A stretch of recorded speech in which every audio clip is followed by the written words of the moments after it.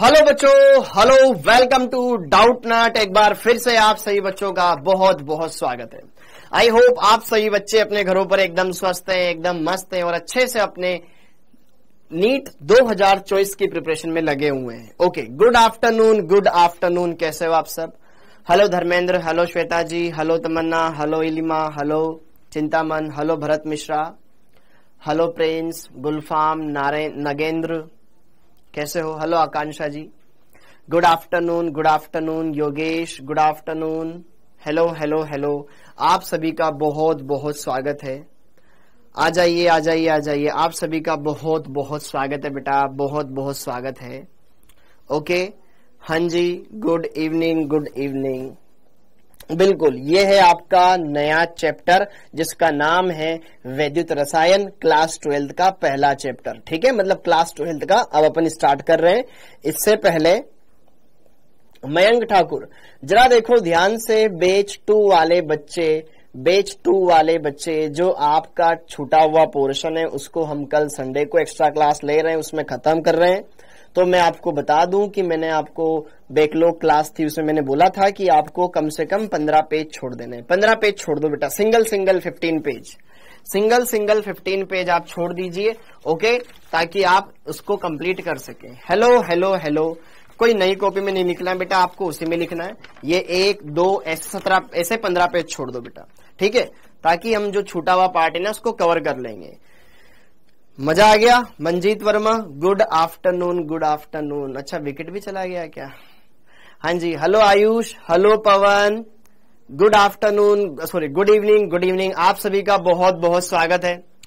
हाँ जी, आज ऑर्गेनिक होनी चाहिए। ना ना ना ना ना ना ना ना ना ना ना ना ना बेटा, अपन क्या करेंगे? फिजिकल केमिस्ट्री करेंगे, वैद्युत रसायन करेंगे बेटा। बेटा बैच 2 वालों को छोड़ना है, बैच 1 वालों को कोई पेज नहीं छोड़ने, बैच 2 वालों को पेज छोड़ने, बैच 1 वालों को कोई पेज नहीं छोड़ने हैं।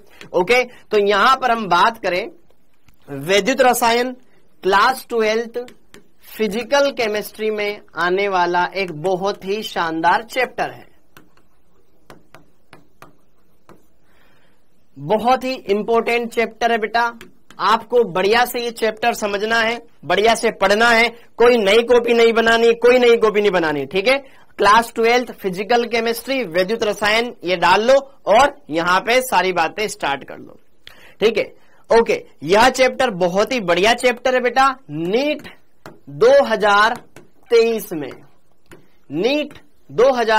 में इस चैप्टर से 3 क्वेश्चंस आए थे। तो यह चैप्टर बहुत ही अच्छा चैप्टर है, बहुत ही प्यारा चैप्टर है बेटा। रेडॉक्स अपन बाद में पढ़ेंगे, पहले अपन 12th वाले टॉपिक्स कवर कर लें, जो कि बिना रेडॉक्स के भी हो जाएगा, ठीक है। सिंपल सी बात है, जो भी दिक्कत आएगी मैं सामने हूं, मैं एंड टू एंड बताता जाऊंगा। ओके, 3 क्वेश्चन आए थे इस चैप्टर से, तो आपको बढ़िया से पढ़ना है, अच्छे से पढ़ना है। और इस चैप्टर की अगर मैं बात करूं तो देखो दैनिक जीवन में ये चैप्टर आपके डेली यूज में कहीं ना कहीं काम आता ही आता है, ठीक है। आप इलेक्ट्रिकल जो भी आइटम यूज कर रहे हो कहीं ना कहीं वो इस चैप्टर से रिलेटेड ही है, ठीक है। जैसे कि हम तार में धारा प्रवाहित करते हैं, हो जाती है, कुछ चालक होती है, कुछ वस्तुएं कुचालक होती है। ओके, अगर हम बात करें हमारे घरों में लाइट चली जाती है तो इन्वर्टर का सिस्टम होता है। इन्वर्टर चलाया, तुरंत उसमें केमिकल लोचा हुआ और बल्ब जल गया। याद है 3 इडियट मूवी, जिसमें लास्ट में आमिर खान जब हॉस्टल से जब छोड़ करके जा रहा था सब कुछ, तो अचानक से करीना कपूर की बहन जो कि प्रेग्नेंट थी, ओके, उसके बहुत ही ज्यादा पेट में पेन होने लगता है। तो फिर और लाइट वगैरह सब कुछ चली जाती, बारिश वगैरह एकदम बढ़िया तरीके से आ रही होती, तो कहीं पर भी है ना, हाँ, तो फिर वहां पर क्या करता है, फिर वो एक इन्वर्टर बनाता है, वायरस इन्वर्टर, ठीक है। वो वायरस इन्वर्टर क्या करता है, फिर केमिकल लोचे की वजह से फिर इलेक्ट्रिसिटी प्रोड्यूस करता है, ठीक है। ओके, फिर उसकी डिलीवरी हो पाती है। तो यहां पर इस चैप्टर का बेटा बहुत ही अच्छा वेटेज है, बहुत ही बढ़िया चैप्टर है। हाँ बेटा, बिल्कुल सूरज 12 चलेगी। तो इस चैप्टर को आपको अच्छे से सारी बातें क्लियर करनी है, हर एक बात को समझना है, हर एक बात को अच्छे से क्लियर करना है।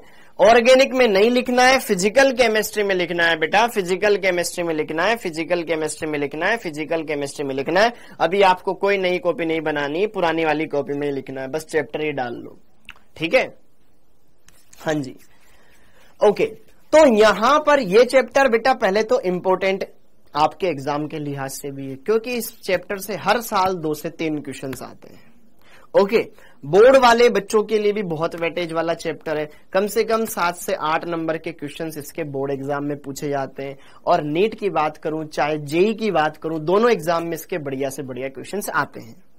अब बात करें इस चैप्टर में हम क्या पढ़ने वाले हैं, कैसे पढ़ने वाले हैं, उन सारी बातों को समझते हैं। सबसे पहले मैं आपको बता दूं बेटा, ये चैप्टर 3 तरह के पार्ट में डिवाइड है। इसमें 3 पार्ट है, एक चालक वाला पार्ट, दूसरा वैद्युत रासायनिक सेल और तीसरा वैद्युत अपघटन। इस चैप्टर में 3 पार्ट है, चालक, वैद्युत रासायनिक सेल और वैद्युत अपघटन। तो तीनों अलग अलग पार्ट आपको ढंग से पढ़ने, बढ़िया से करने और अच्छे से उनसे क्वेश्चंस आते हैं। चालकता वाला पार्ट भी इंपॉर्टेंट है, वैद्युत रासायनिक सेल वाला भी इंपॉर्टेंट है और आपका लास्ट वाला पोर्शन भी इंपॉर्टेंट है, वैद्युत अपघटन। हाँ जी, इस चैप्टर का कितना टाइम लगेगा बेटा? ये चैप्टर लगभग आपके 12 लेक्चर तो लेगा ही लेगा, कम से कम ना चाहते हुए भी 12 लेक्चर तो आपके लेगा ही लेगा। सर मेरे पास पिछले साल के नोट्स हैं, तो बेटा आप शुभम जिनके पास प्रीवियस ईयर के नोट्स है ना, तो आपने वो पढ़ा हुआ है, तो आप क्वेश्चन प्रैक्टिस लगा सकते हो। जितनी ज्यादा क्वेश्चन प्रैक्टिस लगाओगे उतना ज्यादा फायदा होगा बेटा। पिछले वाले चैप्टर में पेज छोड़ने, बैच 2 वालों आपको पिछले चैप्टर में कम से कम 15 पेज छोड़ने, 15 पेज छोड़ने, सिंगल 15 पेज। ठीक, अब आते हैं इस चैप्टर के अंदर। तो बात ऐसी है, घर जैसी है, इसमें कुछ बढ़िया बढ़िया टॉपिक्स है जो हमें कवर करने।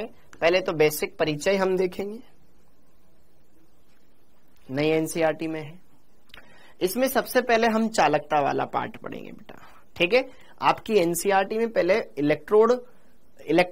विद्युत रासायनिक सेल के बारे में दे रखा है, लेकिन अपन पहले चालकता वाला पार्ट पढ़ेंगे, बिल्कुल सेपरेट है, पहले खत्म हो जाएगा ये, ठीक है। पहले चालकता पढ़ लेंगे, फिर विद्युत रासायनिक सेल और फिर वैद्युत अपघटन, ठीक है।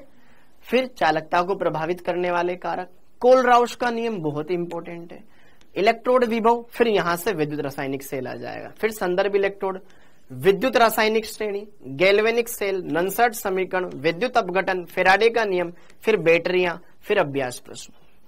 ओके, हाँ जी। तो सारी बच्चे सारी बातें क्लियर कर चुके हैं। और देखो ध्यान से, ठीक है बेटा, ठीक है, एक्स्ट्रा ही छोड़ना लेकिन कम मत छोड़ना। अगर आपके पास 5 ही पेज बचे हुए तो बेटा तो फिर यार, ठीक है। ये चैप्टर बहुत प्यारा है बेटा, बहुत ही अच्छा है। ओके, बार बार नहीं बोलूंगा। बैच 2 बेटा थोड़ा शांत रहो। बैच 2 की कल 9 AM से एक्स्ट्रा क्लास है, एक्स्ट्रा क्लास है। कल मतलब संडे, ठीक है, एक्स्ट्रा क्लास है। ओके, एक बात और बोल दूं, बार बार डिस्टर्ब ना करें। बैच 2 को कितने पेज छोड़ने?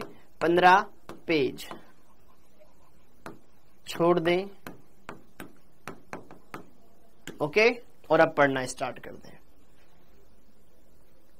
लिख दिया ना यहां पे 9 बजे। ओके, कल टेस्ट नहीं है। ओके, अब चुपचाप से पढ़ना स्टार्ट करते हैं बेटा। अभी नहीं पढ़ना है, अभी आपको जो मैं पढ़ा रहा हूं वो पढ़ना है, ठीक है। एनसीईआरटी बाद में पढ़ना है, लास्ट में। हाँ जी, तो आज इस चैप्टर में हम क्या करेंगे? परिचय करेंगे, चालकता और चालकता के पद को समझेंगे और साथ के साथ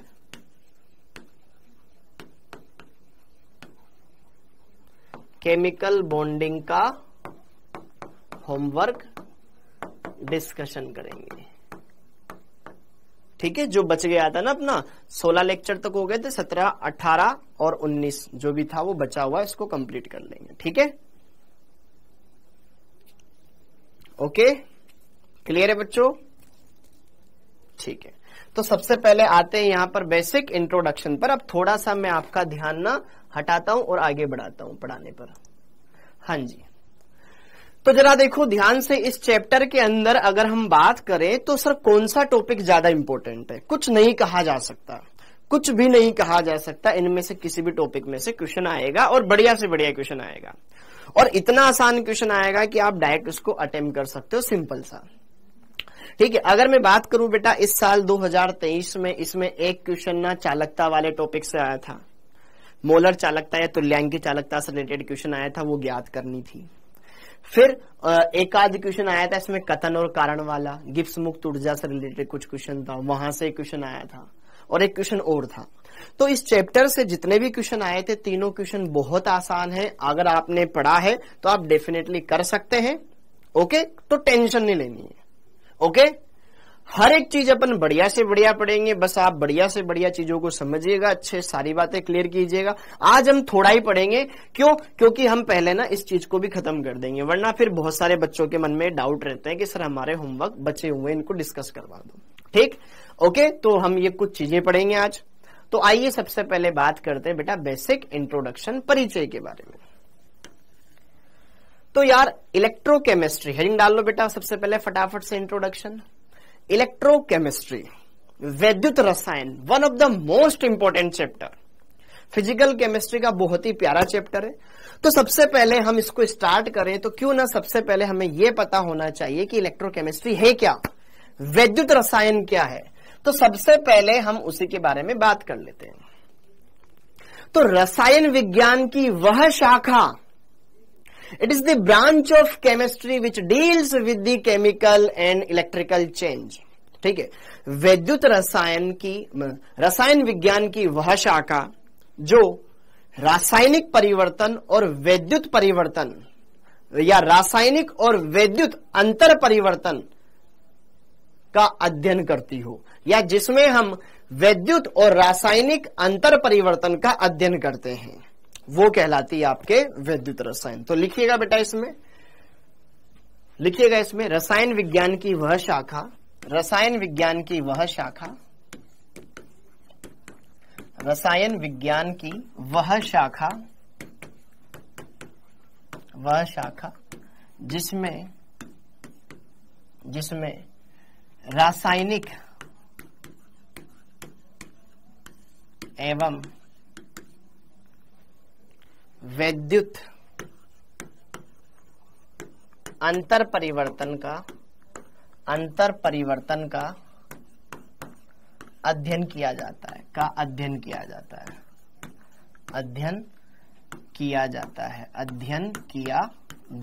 है, वैद्युत रसायन कहलाती है, वैद्युत रसायन कहलाती है।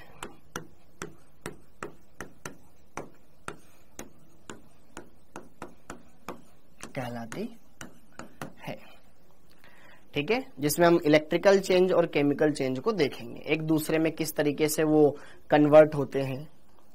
जैसे कि हम जब गाड़ी चलाते हैं बेटा, गाड़ी चला रहे होते हैं तो गाड़ी को एनर्जी कहां से मिलती है? उसके इंजन से। इंजन में क्या है? इंजन में पावर कहां से आती है? उसमें जो बैटरियां रखी हुई है उनसे। अब मान लो आप अपनी गाड़ी से कहीं घूमने गए, जैसे कि मैं बताता हूं, एक बार ना मैं और मेरे कुछ कलीग्स, मतलब हम कोटा से रणथंभौर घूमने गए। रणथंभौर नाम सुना होगा आपने। तो वहां पर ना हम में से एक ने गाड़ी ऑन ही छोड़ दी, मतलब उसकी की को पूरा तरीके से बंद नहीं किया था, लाइट जली रह गई। अब लाइट जली रह गई, हम बढ़िया से आराम से रूम में गए, बढ़िया से हमने एंजॉय किया, और फिर जब सुबह वापस उठकर देखा तो गाड़ी स्टार्ट ही नहीं हो रही। फिर लाइट जली रह गई तो बैटरी डिस्चार्ज हो गई। अब गाड़ी डिस्चार्ज हो चुकी, गाड़ी की बैटरी डिस्चार्ज हो चुकी, तो उसको चार्जिंग की जरूरत है। तो पहले तो वो क्या कर रही थी? केमिकल एनर्जी से इलेक्ट्रिकल एनर्जी प्रोड्यूस कर रही थी, उसमें केमिकल रिएक्शन हो रही थी, वहां से एनर्जी निकल रही थी, उसको हम इलेक्ट्रिकल एनर्जी में कन्वर्ट कर रहे थे। लेकिन अब वो बैटरी डिस्चार्ज हो गई तो उसको इलेक्ट्रिकल एनर्जी की जरूरत है। शॉक लगा तो उसको शॉक देना पड़ा, फिर वो वापस से चार्ज हुई। ठीक है, दूसरी गाड़ी में से बैटरी निकाल करके उसको सप्लाई दी गई। या फिर अगर आप जाओगे कहीं पर भी रिपेयरिंग की शॉप पे जाओगे तो फिर वो क्या करेगा, बैटरी को चार्ज करेगा इलेक्ट्रिकल एनर्जी दे करके।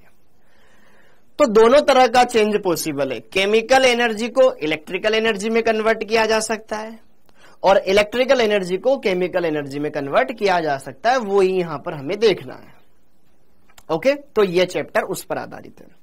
दूसरी बात, इस चैप्टर के अंदर बेटा 3 पार्ट है, चालकता, वैद्युत रासायनिक सेल और तीसरा है यहां पर आपके पास वैद्युत अपघटन। ठीक है, कि किस तरीके से वैद्युत अपघटन होता है, इलेक्ट्रोलाइसिस कैसे होता है, उसके बारे में हमें यहां पर देखना है, समझना है, चर्चा को क्लियर करना है। तो सारी बातें बढ़िया समझनी है, हर एक बात को अच्छे से क्लियर करना है। ओके, तो थोड़ा सा अगर मैं यहां पर वैद्युत रासायनिक सेल का आइडिया दूं, इसके अंदर पहले तो हम देख लेते हैं यहां पर। ठीक है, सबसे पहले इसमें हमें पढ़ना है चालकता, कंडक्टेंस, पहला पार्ट। दूसरा वैद्युत रासायनिक सेल,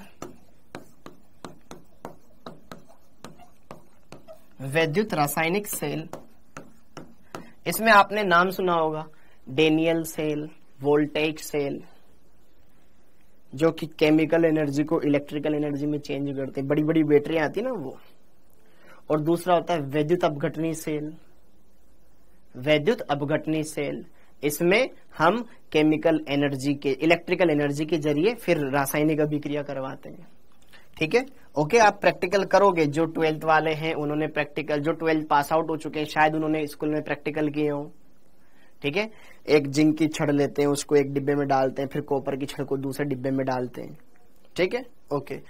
और यहां पर तीसरा है इसमें वैद्युत अपघटन या विद्युत अपघटन,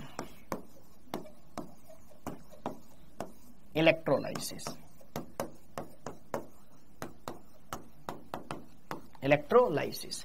तो जरा देखो ध्यान, सबसे पहले हम बात करेंगे बेटा इसमें चालकता वाले पोर्शन की। बहुत ही आसान है, बहुत ही सिंपल है।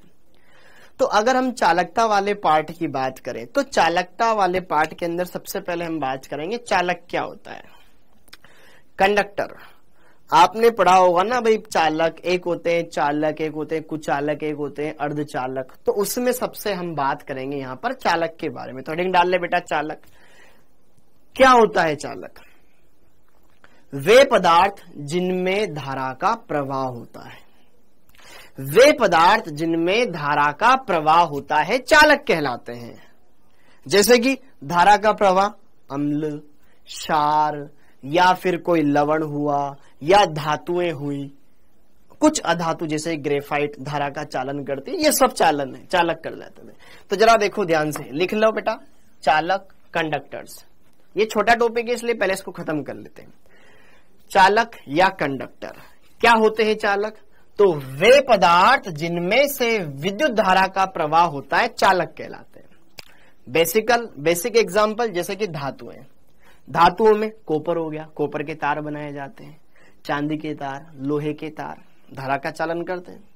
अम्ल, अम्ल धारा का चालन करता है, क्योंकि अम्ल क्या होते हैं, जो H+ आयन देते हैं विलयन में आयन आ जाएंगे, धारा का प्रवाह हो जाएगा। हाँ है ना, जब हम बड़ी बड़ी इन्वर्टर की बैटरियां लाते हैं, वो जब काम करना बंद कर देती है तो उसमें क्या मिलाते हैं हम, तनु H2SO4 मिलाते हैं, वापस से आयन उसमें प्रोड्यूस हो जाते हैं। क्षार, क्षार क्या होते हैं, जो जल में OH- आयन देते हैं, आयन देंगे, आयनों की प्रवाह की दर धारा कहलाती है। लवण, लवण क्या होता है, जैसे कि नमक, नमक ठोस अवस्था में धारा का चालन नहीं करेगा, लेकिन उस नमक को पानी मिला तो धारा का चालन करने लग जाएगा। ओके, हाँ जी। के जलीय विलयन या गलित लवण तथा अशुद्ध जल, जैसे कि आपसे पूछ लिया जाए कि बेटा मान लो ये दो जल है, एक है प्योर, एक है इम्प्योर, कैसे पता लगाओगे? पी के नहीं पीना है, धारा प्रवाह करो। शुद्ध जल में आयन नहीं होते, अशुद्ध जल में होते हैं। धारा प्रवाहित हो रही तो जल अशुद्ध है और एकदम प्योर है। डिस्टिल वाटर, आरओ का पानी नहीं, डिस्टिल वाटर जिसमें बिल्कुल आयन नहीं होते, ठीक है, जो आपके बोतल वोटल चढ़ाई जाती है वैसा कुछ। ओके, तो उसमें आयन्स नहीं होते हैं, ठीक है। एक डिस्टिल वाटर, आसुत जल जिसे कहा जाता है, उसमें आयन्स नहीं होते हैं, पीने में भी कोई टेस्ट वगैरह कुछ नहीं आता है, ठीक है। और जो आपका अशुद्ध जल होगा उसमें आयन होंगे, आयन की वजह से धारा प्रवाहित होगी, तो आप चेक कर सकते हो। ठीक है, ओके, क्लियर हुआ? हाँ जी, तो चालक जो धारा, जिसमें धारा का चालन होता है वो पदार्थ चालक कहलाते। अब धारा का प्रवाह भी दो कारणों से हो सकता है, या तो जिसमें मुक्त इलेक्ट्रॉन हो या मुक्त आयन हो। भाई इलेक्ट्रॉनों के प्रवाह की दर धारा कहलाती है, या हम बोलते हैं आवेश के प्रवाह की दर। आवेश इलेक्ट्रॉन वाला भी हो सकता है और आयन वाला भी हो सकता है। तो उसी के आधार पर चालक दो प्रकार के बांटे गए। चालक दो प्रकार के होते हैं बेटा। तो चालक यहां पर बेसिकली दो प्रकार के होते हैं, एक धात्विक चालक और दूसरे विद्युत अपघटनी चालक। देखो ध्यान से यहां पर दोनों चालकों के प्रकार। चालक दो प्रकार के होते हैं बेटा। सबसे पहला धात्विक चालक या इलेक्ट्रॉनिक चालक, क्योंकि धातुओं में मुक्त इलेक्ट्रॉन होते हैं, वो इलेक्ट्रॉनों के द्वारा धारा का चालन करती है। धात्विक चालक या इलेक्ट्रिक चालक, धात्विक चालक या इलेक्ट्रिक चालक। और सेकंड होता है विद्युत अपघटनी चालक या आयनिक चालक। विद्युत अपघटनी चालक या आयनिक चालक, विद्युत अपघटनी चालक या आयनिक चालक। तो अब सबसे पहले हम हेडिंग डालेंगे बेटा धात्विक चालक। हाँ जी, सबसे पहले आप हेडिंग डाल लीजिएगा बेटा फर्स्ट धात्विक चालक।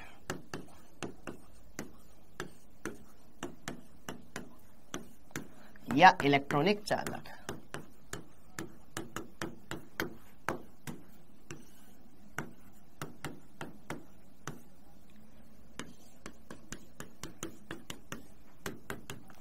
वे पदार्थ जिनमें मुक्त इलेक्ट्रॉनों के कारण धारा का चालन होता है, या वे पदार्थ जो बिना कोई रासायनिक परिवर्तन के इलेक्ट्रॉनों के कारण धारा का चालन करते हो। कोई केमिकल चेंज नहीं होता, जस्ट उनमें इलेक्ट्रॉन है, इलेक्ट्रॉन के फ्लो से धारा प्रवाहित होगी। तो इसमें लिखिएगा बेटा वे पदार्थ जो बिना किसी रासायनिक परिवर्तन के मतलब कोई नया पदार्थ वगैरह कुछ नहीं बनेगा। जैसे कि अपन तांबे के तार में धारा प्रवाहित हो रही है, जैसे कि ये आप अपने मोबाइल में कुछ देख रहे हो, या फिर आपके घरों में लाइटें लगी हुई है ना, तो उसमें वायरिंग हो रही है, तार लगे हुए, तो क्या वो तार कुछ नया पदार्थ बनाते कि नहीं? बस उसमें से वो इलेक्ट्रिसिटी पास आउट हो रही, बस और कुछ नहीं। तो जरा देखो ध्यान से, वे पदार्थ जो बिना रासायनिक परिवर्तन के इलेक्ट्रॉनों के कारण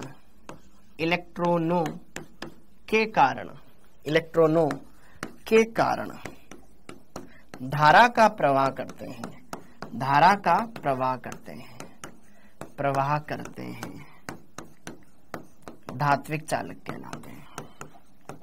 धात्विक चालक कहलाते हैं। Am I right? बहुत ही सिंपल है, बहुत ही आसान है। अगर मैं बात करूं उदाहरणों की, तो देखो ना ध्यान से,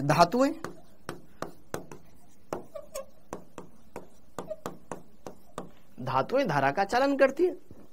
जैसे कि कॉपर ले लो, सिल्वर ले लो, आयरन ले लो, एल्यूमिनियम ले लो आदि। अधातु भी धारा का चालन करती है कुछ, जैसे कि ग्रेफाइट। अधातु में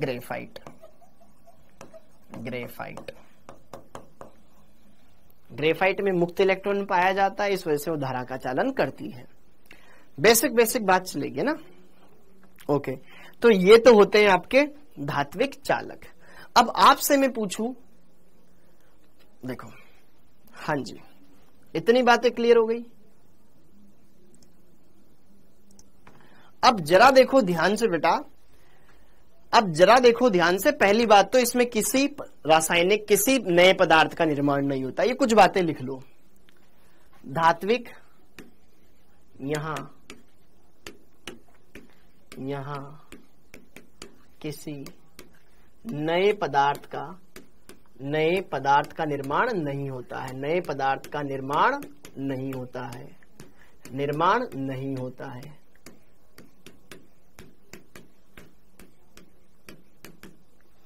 ओके, क्या वाटर से भी इलेक्ट्रिसिटी फॉर्म कर सकते हैं? वाटर से इलेक्ट्रिसिटी फॉर्म करते तो हैं बेटा। कोटा में चंबल नदी है, उसी के नजदीक क्या है?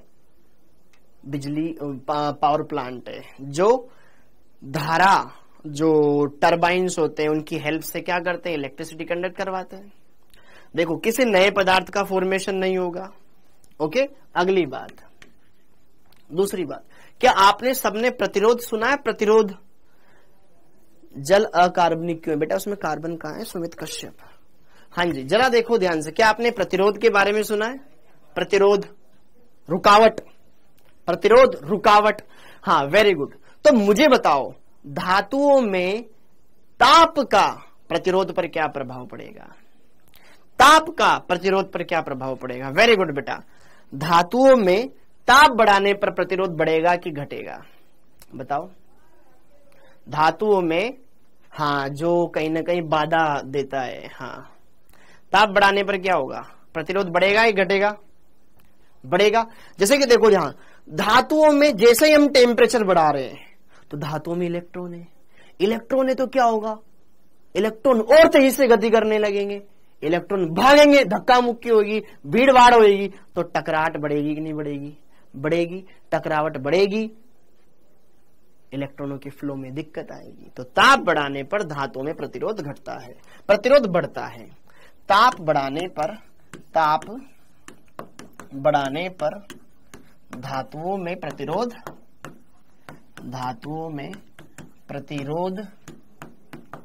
प्रतिरोध क्या होता है बेटा? रुकावट, मार्ग में आने वाली रुकावट, प्रतिरोध बढ़ता है, बढ़ता है, बढ़ता है। ठीक है, वेरी गुड। अच्छा, ये फेराडे के वैद्युत अपघटन के नियम की पालना नहीं करते। हम आगे पढ़ेंगे, ये पॉइंट भी लिख लो। यह धात्विक चालक, धात्विक चालकों के बारे में, यह फेराडे के वैद्युत अपघटन नियमों की पालना नहीं करते हैं, पालना नहीं करते हैं। ठीक है, वेरी गुड बेटा। हाँ जी, ठीक। धात्विक चालक, मेटेलिक कंडक्टर। मानसी जी, वेरी गुड बेटा। सिंपल सी चीजें, फिजिकल ज्यादा आसान होती है समझना। ठीक है, ओके। अब आगे देखो, वर्षा का पानी शुद्ध है या अशुद्ध?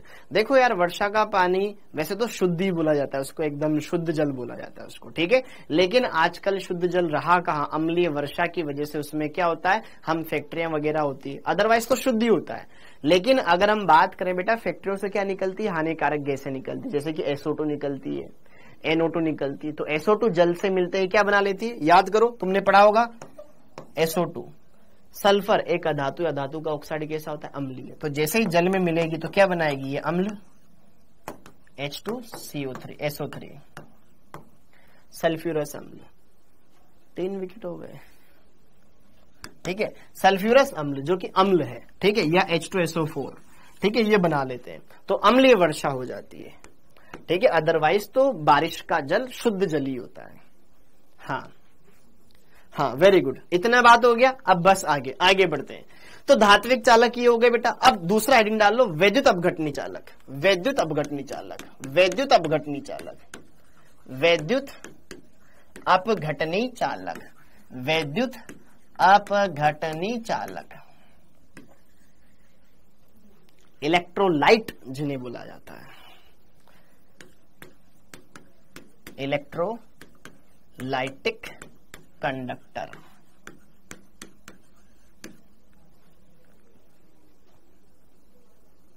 हाँ, वेरी गुड बेटा, वेरी गुड। हाँ, पहले वर्षा का पानी शुद्ध होता था, ठीक है, पी लेते थे अपन आराम से, ऐसे मुंह खोले खड़े हो जाओ। ठीक है, ओके। पहले तो वर्षा के जल का भंडारण भी तो किया जाता था ना गांव में। आपने 6ठी क्लास में 7वीं क्लास में पढ़ा होगा, जल संरक्षण कैसे किया जाता है। ओके, हाँ जी। तो अब जरा देखो ध्यान से। सर कुछ नहीं, मुंह खोल के खड़ा हो जाते थे। ओके, हाँ जी। अब यहां पर वैद्युत अपघटनी चालक, वैद्युत अपघटनी चालक क्या होते हैं? वैद्युत अपघटनी चालक क्या होते हैं कि वे पदार्थ जो गलित अवस्था में या जिनके जलीय विलयन आयनों के कारण धारा का चालन करते हैं। ठीक है, हाँ जी। वे पदार्थ जो कि अपने जलीय विलयन या गलित अवस्था में आयनों के मुक्त होने के कारण धारा का चालन करते हो। धारा का चालन करते हो, वैद्युत अपघटनी चालक कहलाते हैं। वैद्युत अपघटनी चालक कहलाते हैं।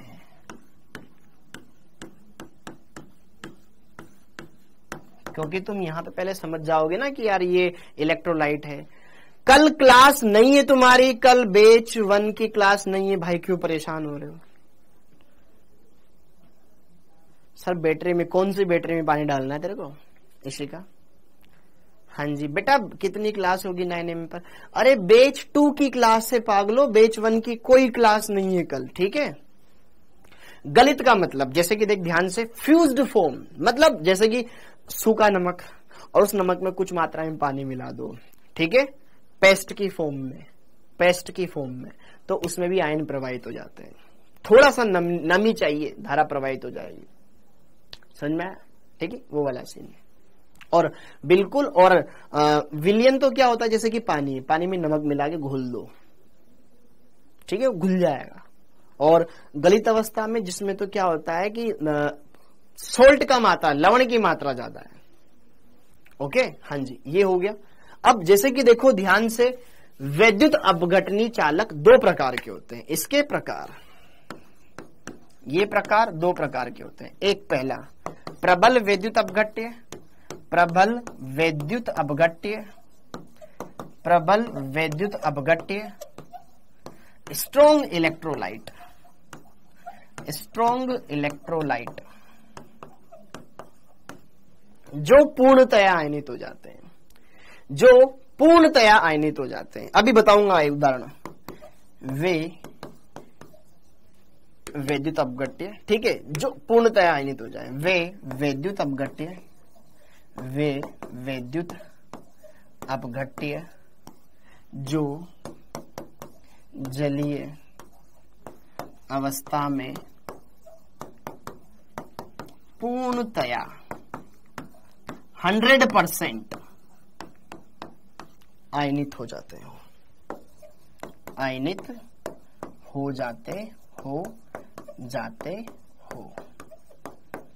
उदाहरण अभी लिखेंगे, पहले फटाफट से लिख लो।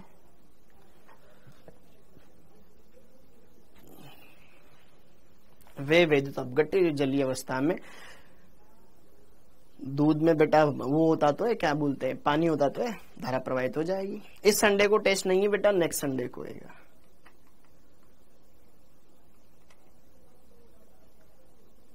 ओके, ये कौन सा चैप्टर चल रहा है? वैद्युत रसायन चल रहा है माही।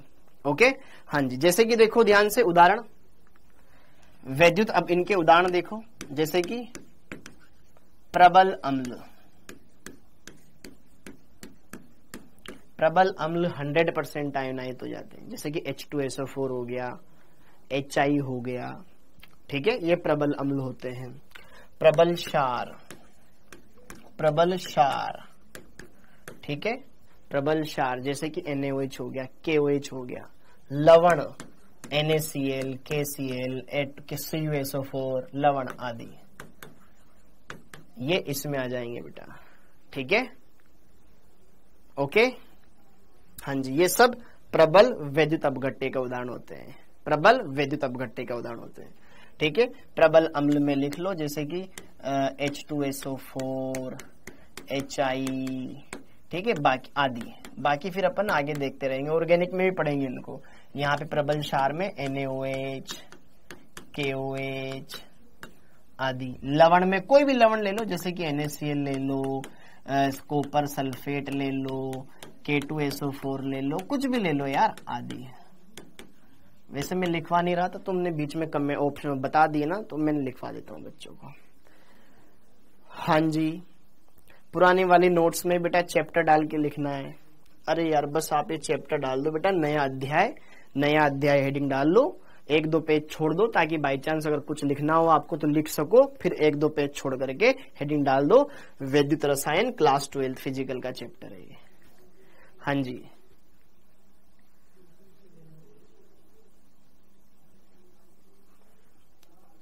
क्या कर रहा है भैया लल्ला, कृष्ण मोहन लल्ला? बेटा क्लास चल रही है यार, क्लास चल रही है। तुम्हारी क्लास कैसे रुक जाती है? चलती रहती है यार भगवान।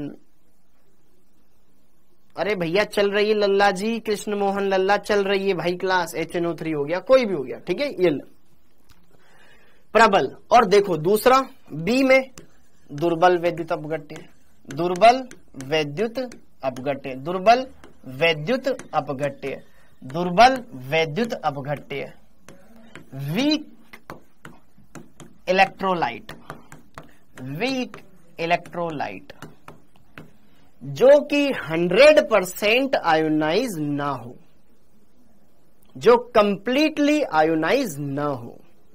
बिल्कुल बोर्ड के लिए इंपॉर्टेंट है ना, क्लास 12 का टॉपिक है बेटा ये तो। हाँ या ना? बहुत ही अच्छा। अरे कल टेस्ट नहीं है, अगले संडे को टेस्ट है भाइयों, अगले संडे को टेस्ट है, ठीक है। कल केवल बैच 2 की एक्स्ट्रा क्लास है यार, क्यों जबरदस्ती तेज बुलाते हो यार, चुपचाप पढ़ लो ना यार। हाँ जी, तो जरा देखो ध्यान से यहां पर, जो पूर्णतया आयनित न हो, जो पूर्णतया आयनित न हो। उदाहरण सभी कार्बनिक अम्ल, सभी कार्बनिक अम्ल, सल्फोनिक अम्ल को छोड़ के, सल्फोनिक अम्ल को छोड़ के, सल्फोनिक अम्ल को छोड़कर,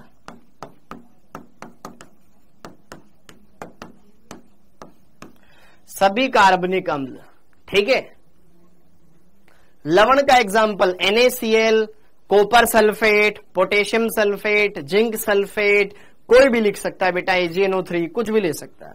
जैसे कि यहां पर सभी कार्बनिक अम्ल, जैसे कि एसिटिक अम्ल हो गया, HCN हो गया, ठीक है, HCl हो गया, अमोनिया हो गया आदि, ये सब धारा का प्रवाह करेंगे, ये सब धारा का प्रवाह करेंगे।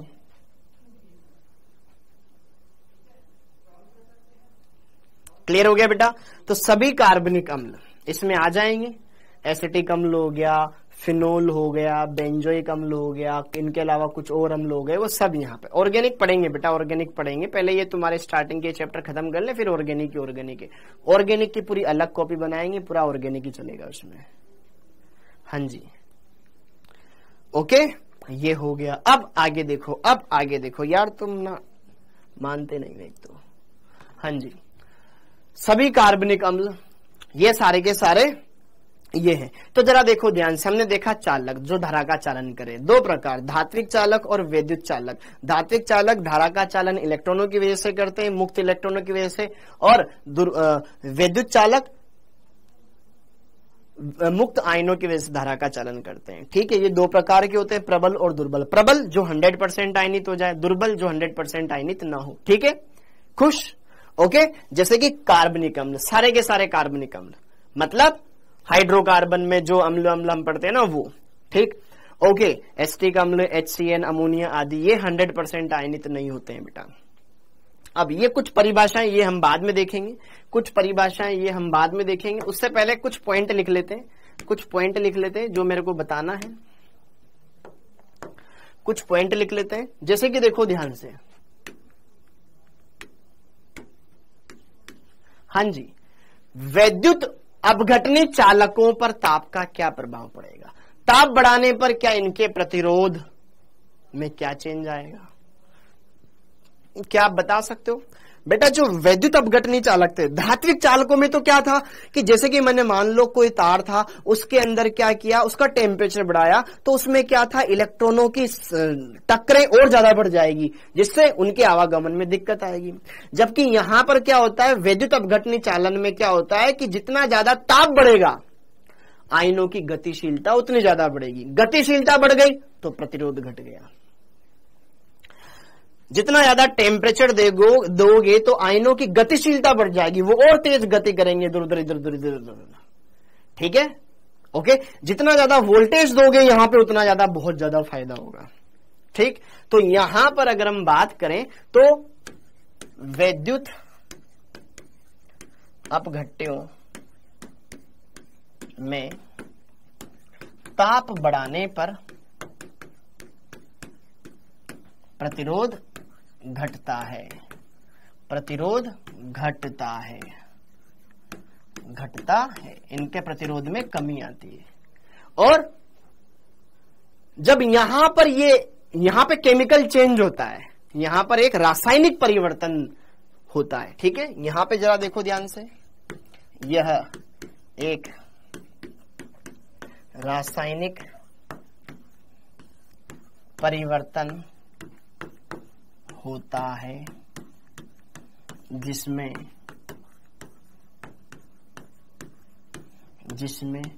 नए पदार्थ का निर्माण होता है, नए पदार्थ का निर्माण होता है, नए पदार्थ का निर्माण होता है।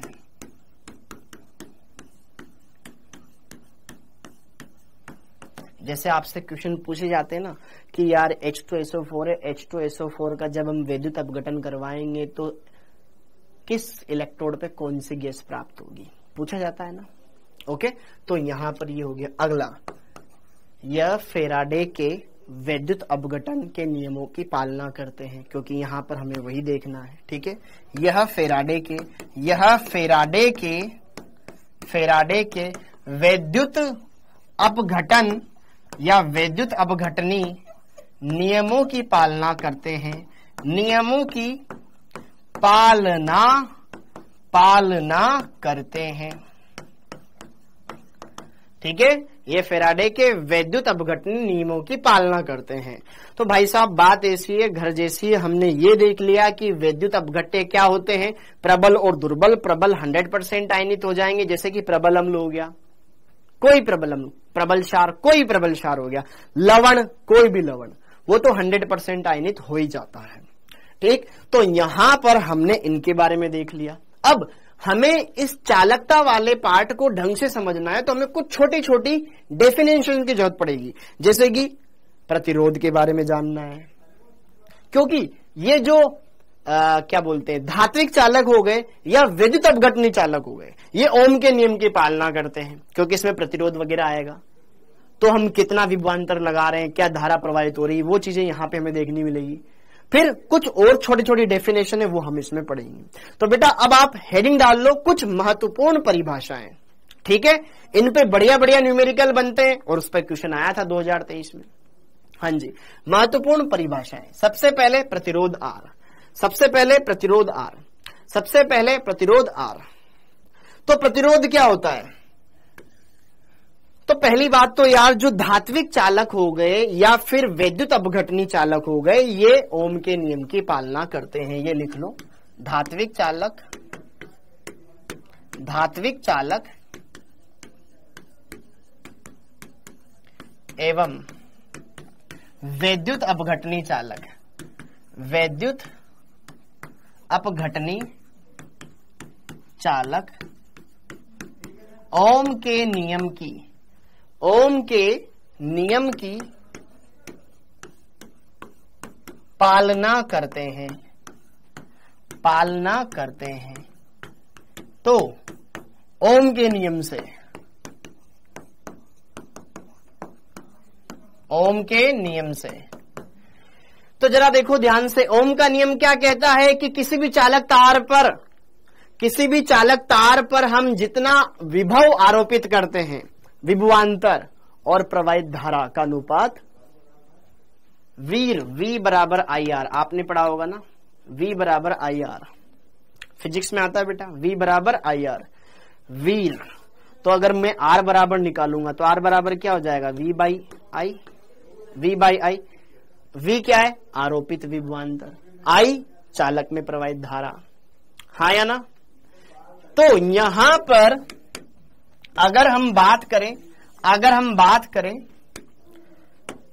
तो ओम के नियम से जो प्रतिरोध होता है, ओम के नियम से जो प्रतिरोध R होता है, उसका सिंपल सा फॉर्मूला बन जाता है बेटा, आरोपित विभवांतर और चालक में प्रवाहित धारा I। ठीक, जहां पर V क्या है, जहां पर है बेटा V आरोपित विभवांतर या आरोपित विभव। ठीक है, ओके। I चालक में प्रवाहित धारा, चालक में प्रवाहित धारा। समझ में आया। और अगर हम R के मात्रक की बात करें तो सबको पता होगा, मात्रक किसका, R का मात्रक। R मतलब प्रतिरोध, R मतलब प्रतिरोध, गेस नियतांक नहीं, R मतलब प्रतिरोध। तो जरा देखो ध्यान से, R बराबर है V अपॉन I। V विभवांतर का मात्रक क्या होता है, वोल्टेज। ठीक है, वोल्ट। और यहां पर T क्या है, I क्या है, धारा का मात्रक क्या होता है, एम्पियर। तो जरा देखो ध्यान से, इसका मात्रक या तो आप लिख सकते हो वोल्ट पर एम्पियर या ओम। और ओम ऐसे दिखाया जाता है, ओके, वोल्ट पर एम्पियर या ओम, वोल्ट पर एम्पियर या ओम। तो प्रतिरोध R आपको कंप्लीट होना चाहिए, प्रतिरोध आपको कंप्लीट होना चाहिए। प्रतिरोध एक तरह की बाधा है जो कि धारा प्रवाह में दिक्कत देती है। ताप बढ़ाते हैं तो धातुओं में प्रतिरोध बढ़ता जाता है, परंतु विद्युत अपघट्यों में प्रतिरोध, टेम्परेचर का प्रतिरोध पर उल्टा प्रभाव पड़ता है, क्योंकि प्रतिरोध विद्युत अपघट्यों में क्या होता है बेटा, टेम्परेचर बढ़ाने पर उसमें क्या होते हैं, आयनों की गति बढ़ती जाती है। आयन गति बढ़ रही है, गतिशीलता बढ़ रही है, तो चालकता बढ़ती जाएगी, मतलब प्रतिरोध उल्टा घट रहा है। ओके, तो ये पहला पॉइंट क्लियर हो गया, प्रतिरोध। अब सेकंड पॉइंट पर आते हैं, साथ के साथ लिखते रहें। चालकत्व हेडिंग डाल लें, चालकत्व, जिसको इंग्लिश में बोला जाता है कंडक्टेंस, जिसको कैपिटल G से दर्शाया जाता है, कंडक्टेंस। चालकत्व, प्रतिरोध का व्युत्क्रम, प्रतिरोध मतलब रुकावट, ये उसका उल्टा है। अरे साइड में हटो, जल्दी वहां से हटो, वो वाला सीन है इसका। ओके, ये क्या करेगा, चालक, कोई भी चालक पदार्थ है, उसकी चालकत्व में, उसके चालकता में वृद्धि करने का काम करता है, हाँ या ना। तो चालकत्व क्या है, यह प्रतिरोध R का व्युत्क्रम होता है, ठीक है। यह पदार्थ की चालकता को बढ़ाने में मदद करता है, यह चालक पदार्थ की चालकता को बढ़ाने में मदद करता है, समझ आया बेटा, जस्ट उल्टा है। तो इसको G से लिखते हैं, किससे लिखते हैं, G से लिखते हैं। आपको इस चैप्टर में छोटे छोटे फॉर्मूले मिलेंगे, बस वो छोटे छोटे फॉर्मूले याद कर लेना, काम हो जाएगा। चालकत्व, तो चालकत्व G बराबर क्या हो जाएगा, चालकत्व G बराबर क्या हो जाएगा, 1/R, प्रतिरोध का व्युत्क्रम, 1/R, ओके, अब बात करें इसके मात्रक के बारे में, तो मात्रक के बारे में बता दो फटाफट, इसके मात्रक के बारे में बता दो फटाफट, इसके मात्रक के बारे में बता दो फटाफट। ओके, हाँ जी, तो इसका मात्रक जी का मात्रक, कैपिटल जी का मात्रक, तो जी का मात्रक अगर हम देखें बेटा, तो यार आर बटे में, तो या तो 1/ओम बोलूं मैं इसको, ये 1/ओम है ना, तो ओम ऊपर चला जाएगा, ओम इनवर्स, वेरी गुड। इसका मात्रक क्या बन जाएगा, ओम इनवर्स, ओम इनवर्स, या इसको क्या बोलते हैं बेटा, महु, क्या बोलते हैं, महु, महु, या siemen, capital S, capital S, capital S, हाँ जी। ओम इनवर्स, यूनिवर्स नहीं बेटा, ओम इनवर्स, ठीक है, महो या फिर सीमेन, या सीमेन, या सीमेन, ठीक है, ओम इनवर्स, महो या सीमेन, क्लियर, वेरी गुड बेटा, वेरी गुड, बहुत बढ़िया। इसको जी से डिनोट करते हैं बेटा, हाँ जी, क्लियर हो गया,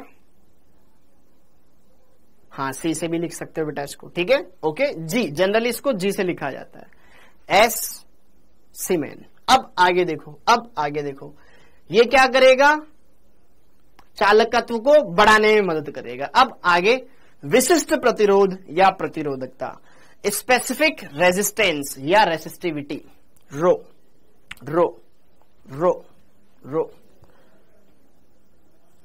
हाँ जी।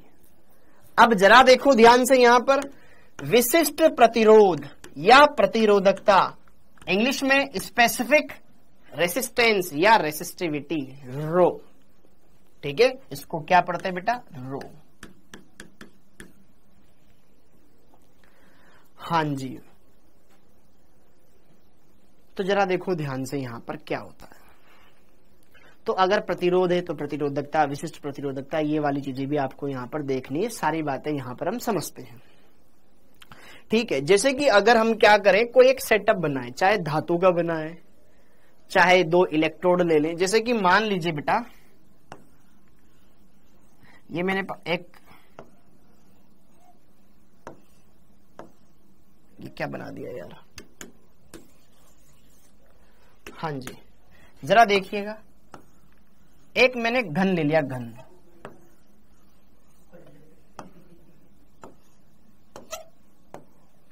ठीक है, ये मैंने बना दिया एक घन, अरे पूरी मिट गई क्या, ये 2 प्लेट है, ये 2 प्लेट है बेटा, ठीक है, ये 2 प्लेट है जिनका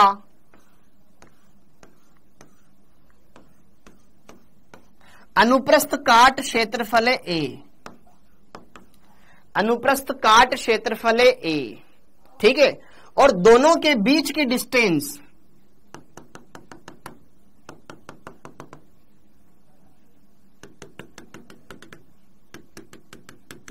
ये डिस्टेंस है बेटा एल, दोनों के बीच की डिस्टेंस है एल, हाँ बनाना है, बिल्कुल बनाना है बेटा, तभी तो तरीके से बना रहा हूं मैं, ओके। 2 प्लेट है, ठीक है, चाहे आप इसको इलेक्ट्रोड मान लो, चाहे धातुओं मान लो, हाँ जी, अरे पढ़ाऊंगा ही पढ़ाऊंगा, हाँ जी। तो ये 2 प्लेट है जिनका अनुप्रस्थ काट क्षेत्रफल ए है, दोनों इलेक्ट्रोडों के बीच की दूरी यहां पर एल है, तो यहां पर अगर दोनों का मैं संबंध किससे कर दूं, दोनों का संबंध किससे कर दूं, यहां पर हमारे धारा मापी वगैरह से कर दें, तो यहां पर कुछ प्रतिरोध वगैरह उत्पन्न होएगा। तो चूंकि हम जानते हैं, क्या जानते हो यार, जो प्रतिरोध होता है ना आर, वो प्रतिरोध आर ना लंबाई के तो समानुपाती होता है, परंतु अनुप्रस्थ काट क्षेत्रफल के व्युत्क्रमानुपाती होता है, यस और नो। क्या आप जानते हो, आपने फिजिक्स में पढ़ा होगा ना कि यार प्रतिरोध आर लंबाई के तो समानुपाती होता है, परंतु ए के व्युत्क्रमानुपाती होता है। बोलो बेटा, जानते हो?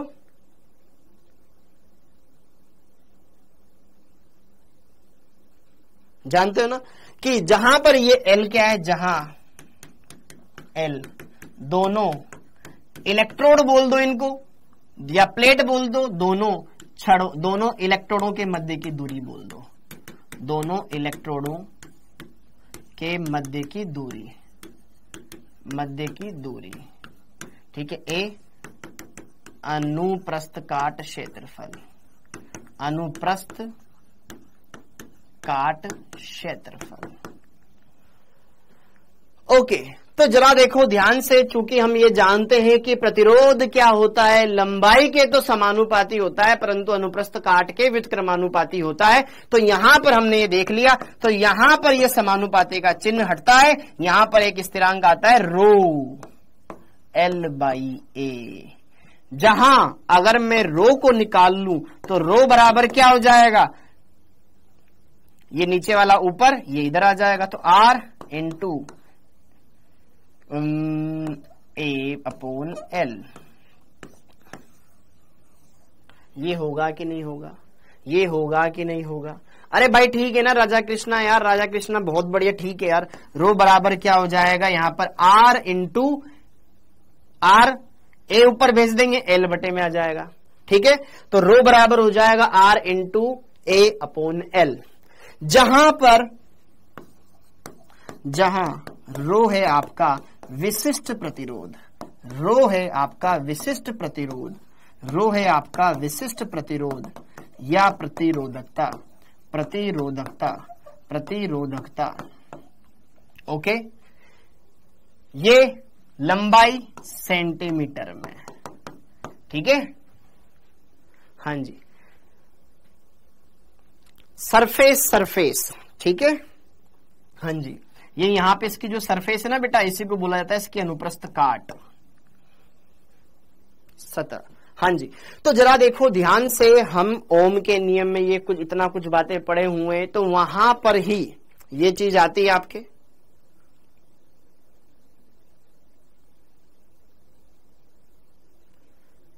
सर मेरे पिछले चैप्टर के रह चुके हैं, प्लीज सोल्व कर दीजिए, मेरे पिछले चैप्टर्स के रह चुके हैं, पढ़ लो ना यार बेटा, ठीक है। तो यहां पे ये रोही क्या कहलाता है, यहां पे ये रोही क्या कहलाता है, आपका विशिष्ट प्रतिरोध कहलाता है। रोले नहीं है बे, हाँ जी, यही कहलाता है आपका विशिष्ट प्रतिरोध। अगर हम बात करें इसके मात्रक के बारे में, अगर हम बात करें इसके रो का मात्रक क्या होता है, इसको रो बोलते हैं, ठीक है। इसका मात्रक क्या है, आइए चलिए बात करते हैं। मात्रक, अरे रे रे रे, मात्रक,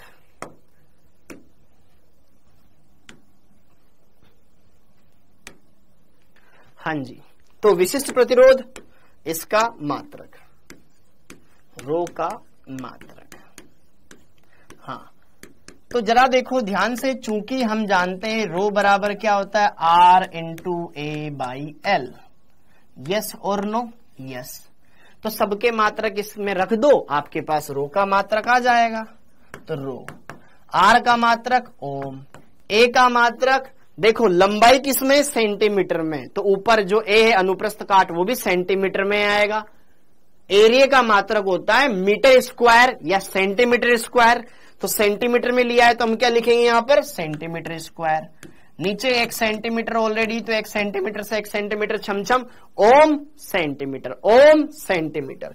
तो यहां पर इसका मात्रक क्या आया, मात्रक क्या आया बेटा, मात्रक आया ओम सेंटीमीटर, ओम सेंटीमीटर, ओम सेंटीमीटर, ओम सेंटीमीटर। क्या मेरी बात समझ में आ गई। तो यहां पर रो का मात्रक क्या आ जाएगा, इन सबके मात्रक को रख दो, फिर आपके पास रो का मात्रक आ जाएगा ओम सेंटीमीटर। डन डना डन डन। ये वाली बात भी हमने क्लियर कर दी, ये वाली बात भी हमने क्लियर कर दी। अब इसका अगला टॉपिक आता है चालकता, चालकता या विशिष्ट चालकत्व, चालकता या विशिष्ट चालकत्व, चालकता या विशिष्ट चालकत्व, कंडक्टेंस, ठीक है। चालकता या विशिष्ट चालकत्व, जिसको हम क्या किससे दर्शाते हैं, इस तरीके से, एक छोटा डंडा और एक बड़ा डंडा, इसको बोलते हैं कप्पा, अरे कप्पा, कप्पा, कप्पा, इसको बोलते हैं कप्पा।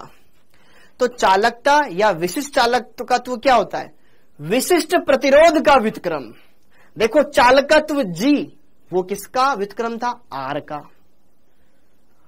और विशिष्ट चालकत्व या चालकता ये किसका व्युत्क्रम है? रो का, विशिष्ट प्रतिरोध का। तो जरा देखो ध्यान से, यहां पे लिखेंगे विशिष्ट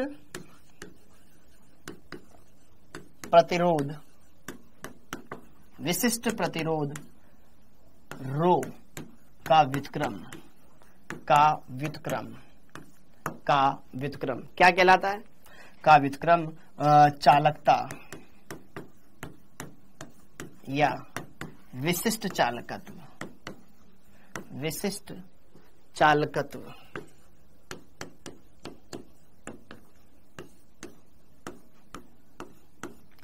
विशिष्ट चालकत्व, अरे विशिष्ट चालकत्व कप्पा कहलाता है। अतः तो बेटा कप्पा बराबर क्या हो जाएगा? 1/ρ। पहला फॉर्मूला। अगर आपको विशिष्ट प्रतिरोध दे रखा है तो आप कप्पा का मान निकालना चाहते हो तो 1/ρ कर दो, आपके पास विशिष्ट प्रतिरोध आ जाएगा। डन। अब आगे बढ़ते हैं। अब ये भी एक सूत्र हो गया, ठीक है। हाँ जी, रो का मान क्या जानते हैं हम? क्या रो का मान हम जानते हैं? तो जरा देखो ध्यान से, यहां पर कप्पा 1/ρ, तो क्या यार यहां पर जो रो का मान था वो क्या था? RA/L। तो यहां पे उल्टा हो जाएगा, सब अपोन में आ जाएगा। तो यार ये हो गया 1/RLA। हाँ या ना?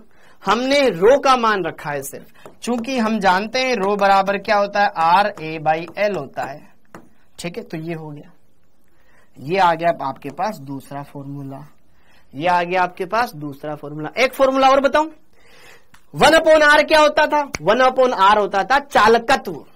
1/R क्या होता था? चालकत्व।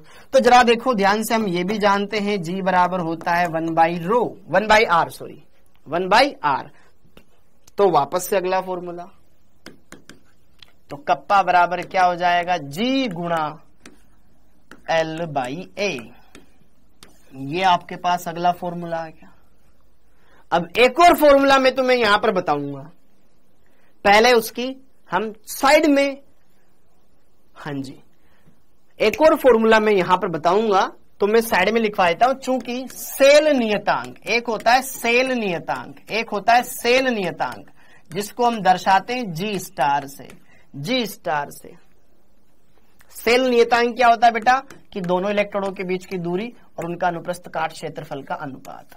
अभी मैं लिखवा दूंगा, ये होता है सेल नियतांक, ये होता है आपका सेल नियतांक। हाँ जी,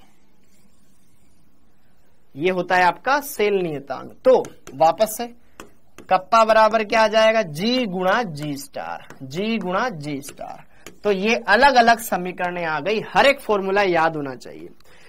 कप्पा बराबर 1/ρ या फिर 1/RLA, कोई भी आपको दे रखा उसको पुट करना है। कप्पा बराबर G गुणा L/A या फिर कप्पा बराबर G गुणा G स्टार, G गुणा G स्टार, G गुणा G स्टार। तो हमने क्या समझ लिया? हमने ये समझ लिया कि यार विशिष्ट चालकत्व, विशिष्ट चालकत्व, चालकत्व और सेल नियतांक का गुणनफल होता है। चालकत्व गुणा सेल नियतांक, सेल नियतांक का गुणनफल होता है।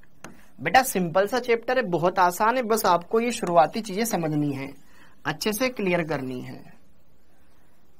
ओके, अब इसका मात्रक भी लिख लेंगे, फिर अलग से मैं सेल नियतांक भी आपको एक बार वापस से लिखवा दूंगा। ओके, अब इसके मात्रक की बात की जाए तो जरा देखो, फॉर्मूला कोई भी हो, किसी भी भौतिक राशि का कोई भी फॉर्मूला हो, उसका मात्रक कभी चेंज नहीं होता। F बराबर ma होता है, F बराबर कुछ और भी होता होगा, लेकिन सूत्र तो उसका मात्रक विमा तो सेम ही रहता है। फिजिक्स में आपने पढ़ा होगा। तो यहां पर अगर अपन बात करें कप्पा का मात्रक। हाँ जी, 1/रो, इससे सारा काम हो जाएगा, 1/रो से सारा काम हो जाएगा।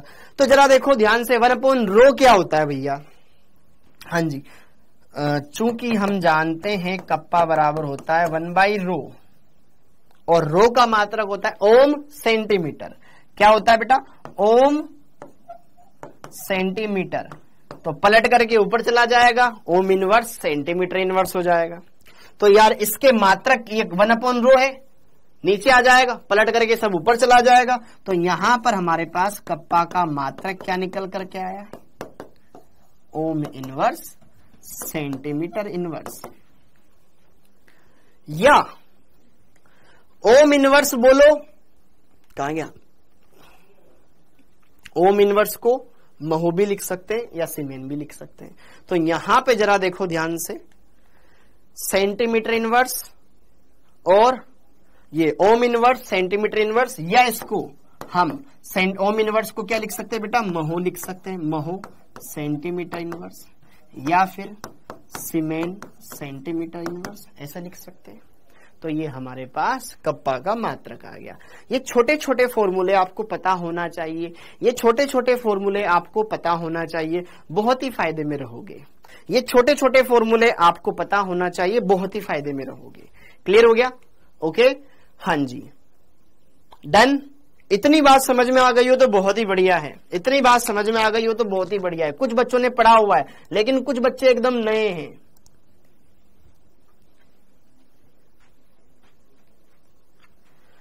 डन, इतना बात समझ में आ गया बेटा। सारे फॉर्मूले आपको पता होना चाहिए, आपके फिंगर टिप्स पे होना चाहिए। तो जरा देखो ध्यान से, यहां पर एक सेल नियतांक के बारे में हम और लिख लेते हैं, फिर आगे क्वेश्चंस करेंगे। एक सेल नियतांक के बारे में और पढ़ लेते हैं, फिर आगे क्वेश्चंस करेंगे। हाँ जी, अब जरा देखो ध्यान से, सेल नियतांक, सेल नियतांक ये क्या होता है? जी स्टार। सेल नियतांक क्या होता है बेटा? इलेक्ट्रोडों के, दो इलेक्ट्रोडों के मध्य की दूरी तथा उनके अनुप्रस्थ काट क्षेत्रफल का अनुपात। हाँ जी, दो सेल नियतांक क्या होता है? दो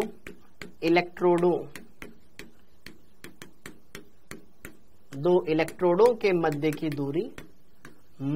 दूरी L एवं उनके अनुप्रस्थ काट क्षेत्रफल A का अनुपात सेल नियतांक कहलाता है। इसे जी स्टार से लिखते हैं, जी स्टार द्वारा प्रदर्शित करते हैं। ये टॉपिक सिंपल है बेटा, इसलिए पहले इसको खत्म कर लेते हैं। ओके, तो जी स्टार बराबर क्या हो जाएगा? लंबाई बटे अनुप्रस्थ काट क्षेत्रफल। मात्रक बताओ इसका, मात्रक बताइए फटाफट से। हाँ बिल्कुल बेटा, अभी बताऊंगा शिवम। मात्रक बता दो इसका फटाफट से। देखो ऊपर सेंटीमीटर, नीचे सेंटीमीटर स्क्वायर बचेगा। तो देखो ऊपर है सेंटीमीटर, नीचे है सेंटीमीटर स्क्वायर। तो 1 सेंटीमीटर से 1 सेंटीमीटर कट जाएगा, नीचे 1 सेंटीमीटर बच जाएगा। थोड़ी जल्दी कर दी मैंने। हाँ जी, तो यहाँ पे हम जानते हैं ना जी स्टार बराबर, ऊपर क्या है? लंबाई का मात्रक सेंटीमीटर, नीचे क्या है? Centimetre square. तो छम तो जी स्टार का मात्रक क्या आ जाएगा बेटा? सेंटीमीटर इनवर्स, यूनिवर्स नहीं इनवर्स। अब जरा देखो ध्यान से, भी जितना पड़ा फटाफट से लगा लेते, टाइम निकल जाता है यार। प्रबल विद्युत अपघट्य वह है जो कि पानी में आसानी से घुल जाए, जो कि धारा का चालन कर ले, उच्च सांद्रता पर भी वियोजित हो जाए। हाँ जी बताओ, इस क्वेश्चन का आंसर बताओ। प्रबल विद्युत अपघट्य क्या है? प्रबल विद्युत अपघट्य क्या है? प्रबल विद्युत अपघट्य क्या है? जो धारा का चालन करता है, धारा का चालन तो दुर्बल वाला भी करता है, ठीक है, जो कि पानी में आसानी से घुल जाए, हाँ या ना? जो धारा का चालन करता है उच्च सांद्रता पे भी आयनों में वियोजित हो जाता है, अत्यधिक तनुता पर आयनों में वियोजित हो जाता है। जरा देखो ध्यान से, प्रबल विद्युत अपघट्य वो होता है बेटा जो हाई कंसंट्रेशन पर भी आयनों में वियोजित हो जाता है, अच्छे से यहां पर वियोजित हो जाता है, ठीक है। सही तो सारे ही है, धारा का चालन भी करता है, पानी में आसानी से भी घुल जाता है। प्रबल विद्युत अपघट्य, यहाँ पे जरा देखो ध्यान से, पानी में ये आसानी से घुल जाता है, ये बात भी सत्य है। धारा का चालन तो दुर्बल भी करता है, अत्यधिक तन्यता पर आयनों में वियोजित हो जाता है, वो दुर्बल के लिए, ठीक है। ओके, तो इसमें जरा देखो ध्यान से, उच्च सांद्रता पर भी हाई कंसंट्रेशन रहेगी ना, तो भी वो आराम से डिसोशिएट हो जाता है, क्योंकि उसका सांद्रता मतलब कितनी मात्रा है जो कि विलायक में उपस्थित है। ओके, हाँ जी। अब जरा देखो ध्यान से, यहां पर प्रबल विद्युत अपघट्य जो कि बेटा धारा का चालन करेगा, दुर्बल भी कर लेता है धारा का चालन, तो एसिटिक अम्ल भी धारा का चालन करता है बेटा। रेडियोलॉजिस्ट धारा का चालन तो दुर्बल भी कर लेता है। ओके, लिख लो फटाफट से, लिख लो इसको, लिख लो फटाफट लिख लो, लिख करके फ्री करो। हाँ जी, तब तक स्कोर बता दो, कोई मैच का क्या स्कोर चल रहा है?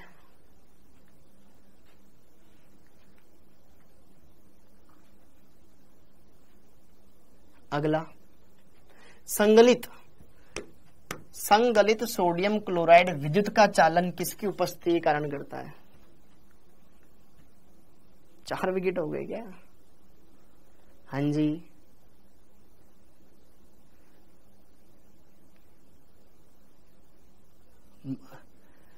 सोडियम क्लोराइड Na+Cl- देगा, मुक्त आयनों की वजह से धारा का चालन करेगा, मुक्त इलेक्ट्रॉन नहीं, मुक्त अणु नहीं, सोडियम के मुक्त परमाणु नहीं, मुक्त आयनों के कारण, ठीक है। विद्युत अपघटनी चालन किनके गति के कारण होता है?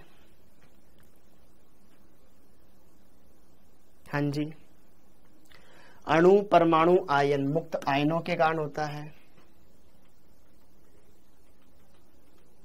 ठीक है। ओके, मुक्त आयनों के कारण होता है। तो ये कुछ क्वेश्चंस जो अभी अभी हमने टॉपिक्स पढ़े बेटा, उन पर करें, ठीक है। अब अपन क्या करेंगे, डे बाय डे हर एक दिन जितना हमने पढ़ा है उसका साथ के साथ अगले दिन आते ही सबसे पहले होमवर्क डिस्कस करेंगे। हाँ जी, अब बच्चों जरा देखो ध्यान से, आपके लिए काम की एक चीज, हाँ जी, हमने कुछ होमवर्क डिस्कशन करना है, लेक्चर नंबर 17 का। हाँ जी, जो रह गया था इसको साथ के साथ निपटा लेते हैं। हाँ जी, लेक्चर नंबर 18 कर लेते हैं, क्योंकि ये हो जाएगा तो बढ़िया से काम बन जाएगा। 4 विकेट हो गए यार, आज पता नहीं मेरे को वाई भी नहीं आ रही थी कि बढ़िया खेलेंगे, पता नहीं क्या। मैंने स्टार्टिंग के 2 ओवर देखे पाकिस्तान के, क्या बॉलिंग डाल रहे थे भाई, 2 या 4 ओवर, बारिश से पहले मैंने देखा था, बारिश से पहले का मैच में देख रहा था, जो बॉलिंग कर रहे थे यार, वो नसीम की जो बॉल बाहर निकल रही थी डिप्पा खा करके, बहुत शानदार थे। हाँ जी, कोई बात नहीं, मैच है तो। हाँ, सहसंयोजी गुण का बढ़ता हुआ क्रम क्या होगा? सहसंयोजी गुणों का बढ़ता हुआ क्रम क्या होगा? बिना कोई टाइम वेस्ट करे फटाफट से इसका आंसर बताएं बेटा। सहसंयोजी गुण का बढ़ता हुआ क्रम क्या होगा? 1 मिनट, इसको मैं खोल देता हूं, जल्दी जवाब दे पाओगे आप और मैं जल्दी सोल्व कर पाऊंगा। अरे खुल जा भाई,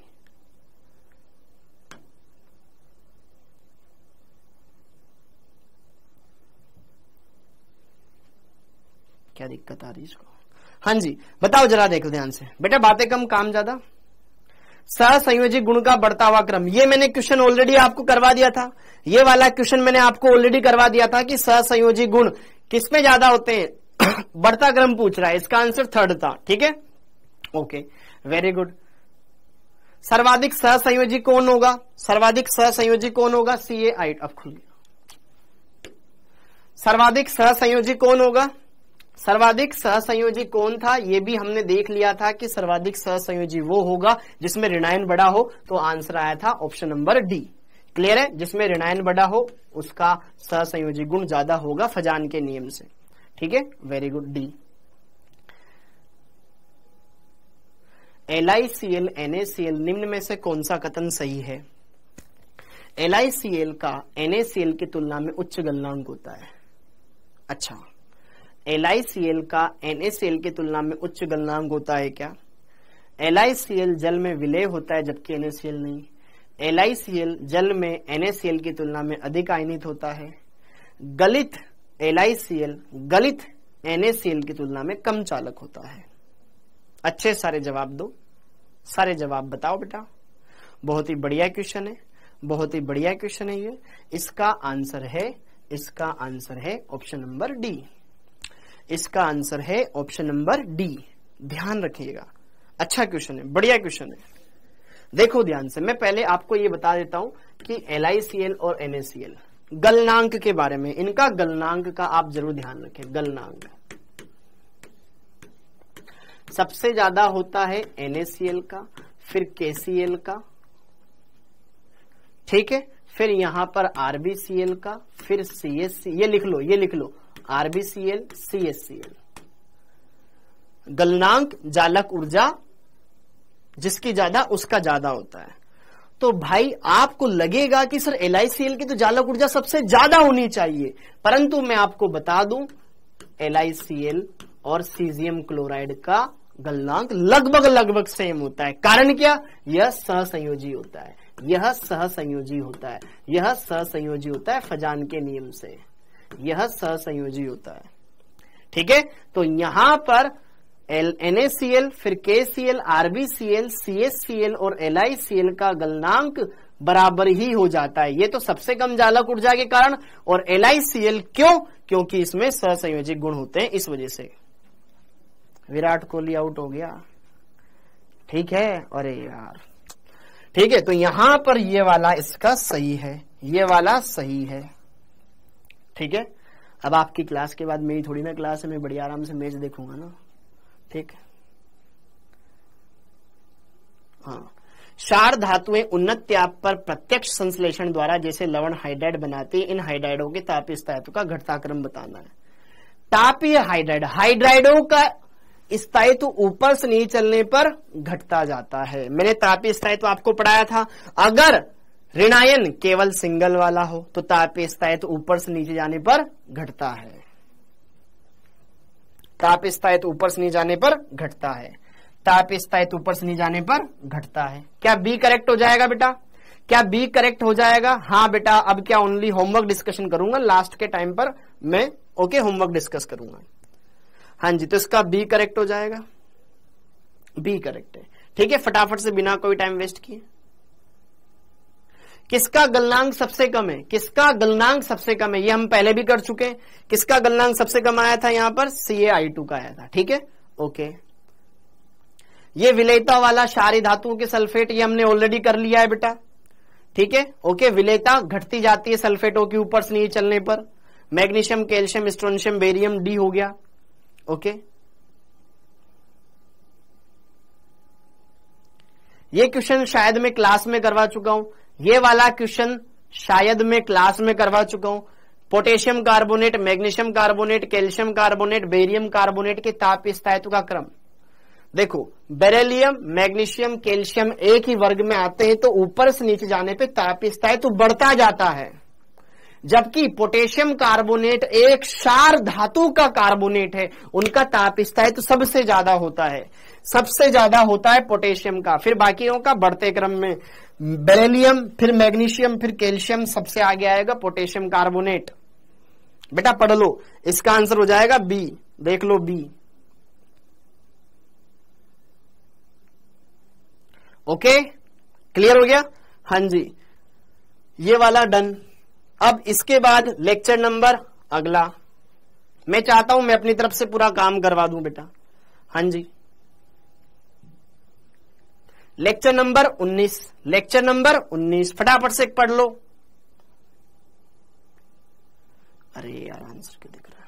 हाँ जी, जल का अत्यधिक क्वथनांक, वैसे मैं भी चाहूंगा इंडिया ही जीते, ठीक है, इंडिया जीते। जल में अत्यधिक उच्च क्वथनांक का कारण क्या है? अरे यार ये तो सिंपल क्वेश्चन है बेटा, ये तो आपने ऑलरेडी लगाए होंगे, लेकिन मैं चाहता हूं कि आप इनको एक बार देख लो मेरी झलक से। जल में अत्यधिक उच्च क्वथनांक का कारण क्या है? H bonding. H बॉन्डिंग पढ़ा था हमने, H2O, H2S, H2SE, H2TE, सबसे ज्यादा H2O का होता था क्योंकि उसमें हाइड्रोजन बॉन्डिंग पाई जाती थी। H bonding D। ठीक है बेटा।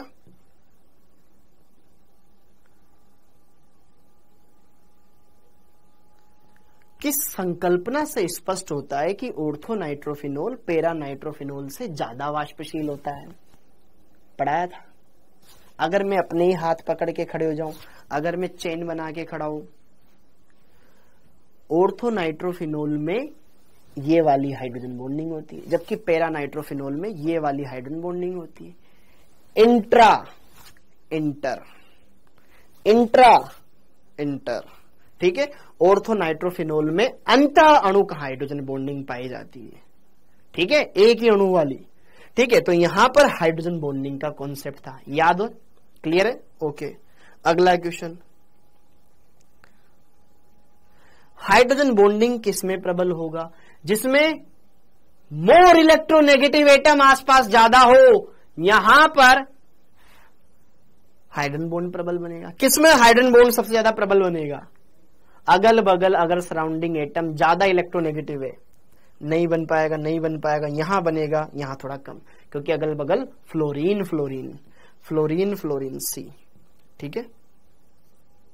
अरे यार,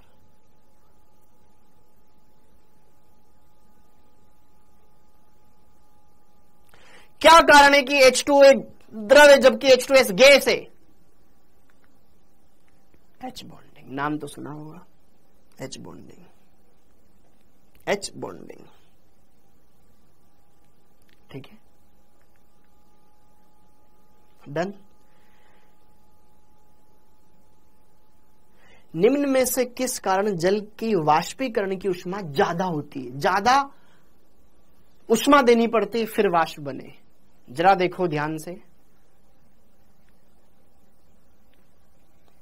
hydrogen bonding, hydrogen bonding, H bonding. Mostly देखो हाइड्रोजन बॉन्डिंग से क्वेश्चन आता है बेटा, बहुत ही सिंपल, और आप इस क्वेश्चन को 100% कर पाएंगे। H bonding B।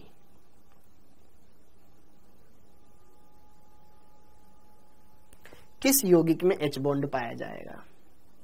Hydrogen bond phone, fluorine oxygen nitrogen, या हाइड्रोजन से छोटे आकार के अधिक विद्युत ऋणी परमाणु जुड़े हुए हो तो पाया जाएगा।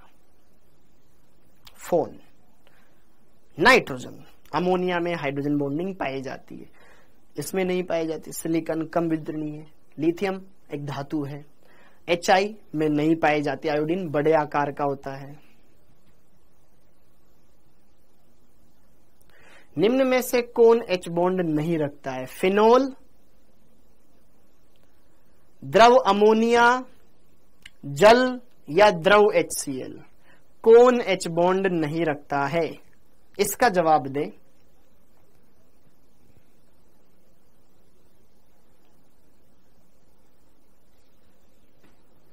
द्रव HCl।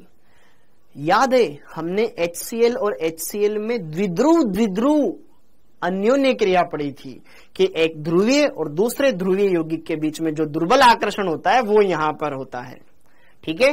तो यहां पर इसका आंसर हो जाएगा डी। इनके बीच में हाइड्रोजन बॉन्डिंग नहीं होती, ये क्योंकि क्लोरीन बड़े आकार का है। क्लोरीन का एक ही ऐसा यौगिक है जिसमें हाइड्रोजन बॉन्डिंग होती है, chloral hydrate, chloral hydrate, chloral hydrate. ध्यान रखना, पढ़ाया था मैंने आपको, ओके। HCl एक गैस है, परंतु HF एक निम्न क्वथनांक वाला द्रव है। ये द्रव है, वो गैस है। कारण क्या है? H bonding. कारण क्या है? H bonding.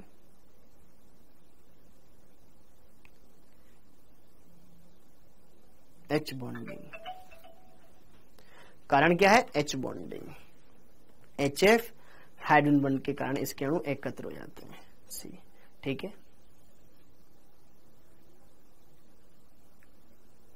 अधिकतम संभव हाइड्रोजन बॉन्डों की संख्या जिसमें एक H2 अणु भाग लेगा। बताओ एक H2O कितने हाइड्रोजन बॉन्ड बनाएगा? एक H2O, सर हाइड्रोजन बॉन्ड समझा दो, कितने बॉन्ड है पाई की। एक H2O कितने बॉन्ड बनाता है? पढ़ाया था मैंने, याद है? जब मैंने बर्फ की संरचना पढ़ाई थी, मैंने आपको बोला था, जब मैंने बर्फ की संरचना बनाई थी तो आपको बोला था कि एक H2O 4 बॉन्ड बनाता है, 4। बर्फ की संरचना में मैंने पढ़ाया था ना आपको कि यार ये है हमारे पास एक H2O अणु, 2 तो ये बनाता है, 2 ये बनाता है, एक एक हाइड्रोजन बनाता है, 4 बॉन्ड बनते हैं। ठीक है, टोटल 4 बॉन्ड बनते हैं बेटा, टोटल 4 बॉन्ड बनते हैं, 4 डी। ठीक है, हाँ जी। निम्न में से किस यौगिक में अंतरा अणुक हाइड्रोजन बॉन्डिंग नहीं है? हाँ जी, किस में एक चेन वाली H बॉन्डिंग नहीं है? हाँ जी, बोलो बेटा।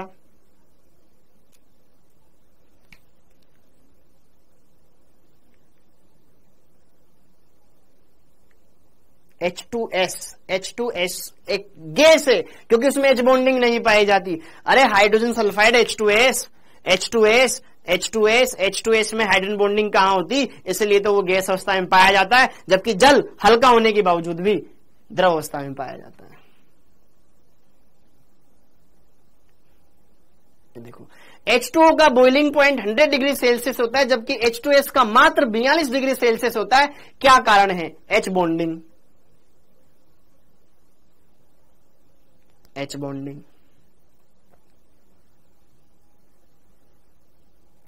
बर्फ की तुलना में जल का घनत्व अधिक होता है। बर्फ और जल, बर्फ का घनत्व कम, जल का घनत्व ज्यादा। मतलब जल में अणु एक दूसरे के साथ ज्यादा अच्छी तरीके से चिपके होते हैं। H बॉन्डिंग, अंतरक्रिया, द्विध्रुव द्विध्रुव अंतरक्रिया, द्विध्रुव प्रेरित द्विध्रुव, प्रेरित द्विध्रुव द्विध्रुव अंतरक्रिया। बताओ।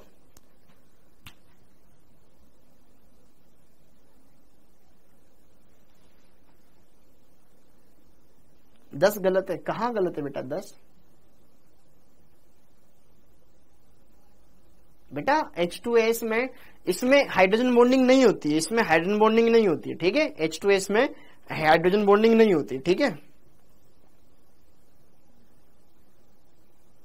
अरे सबर सबर सबर सबर सबर।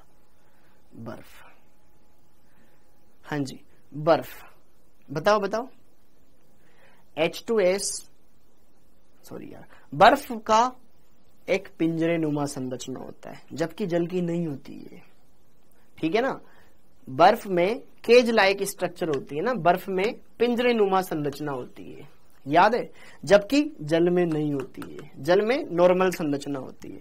अब हम पढ़ते हैं ना D बराबर क्या होता है? M/V, जिसका वॉल्यूम ज्यादा उसकी डेंसिटी कम।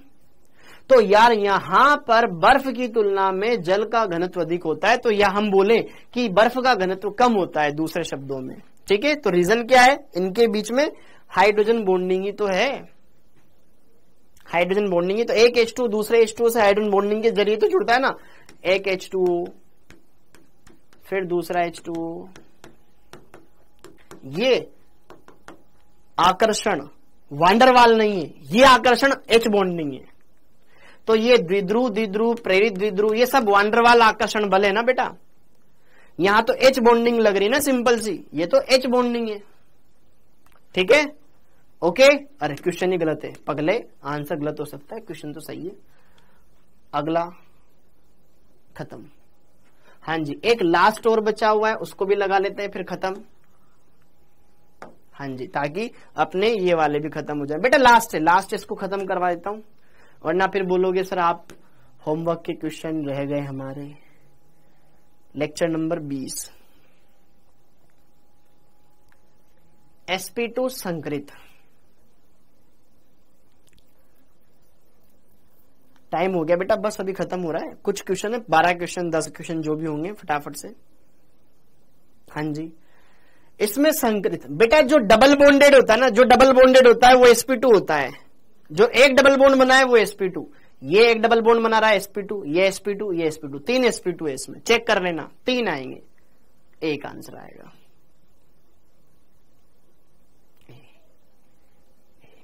ठीक है, हाँ जी।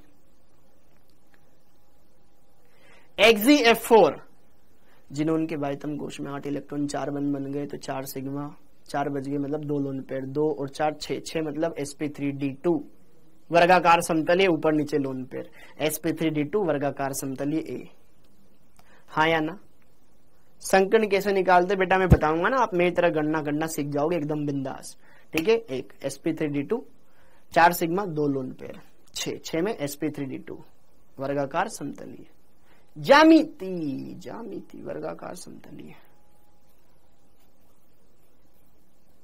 इसको कल डिस्कस करेंगे, इस वाले क्वेश्चन को कल डिस्कस करेंगे बेटा, ठीक है। हाँ जी। NO2 प्लस रेखीय संरचना बनाता है CO2 जैसा, याद है CO2 की जैसी संरचना? हाँ, ठीक है Sakina. NO2 plus NO3 minus ammonium ion CH4 जैसा sp3, NO2 प्लस CO2 जैसा sp3, इसमें sp2 आएगा,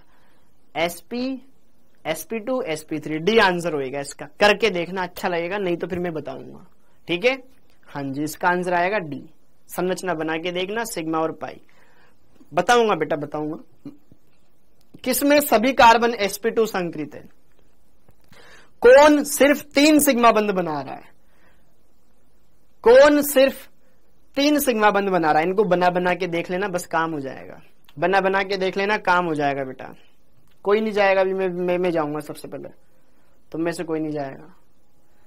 H2S अमोनिया BF3 SiH4 में बंद कोणों का क्रम। BF3 में संकर्ण sp2 में बंद कोण 120, SiH4 CH4 जैसा, CH4 में क्या होता है? SiH4 में CH4 में 109 डिग्री, तो BF3 सबसे आगे, ये 109 डिग्री वाला है। अमोनिया में 107, H2S में 92 डिग्री होता है, याद है? दिमाग में देखो, BF3 में 120, ये CH4 का भाई उसी के तो नीचे 109, अमोनिया में 107, H2S में 92 डिग्री लिखवाया था बेटा। ओके, ये हो गया, कोई बात नहीं बेटा, कोई बात नहीं। हाँ जी।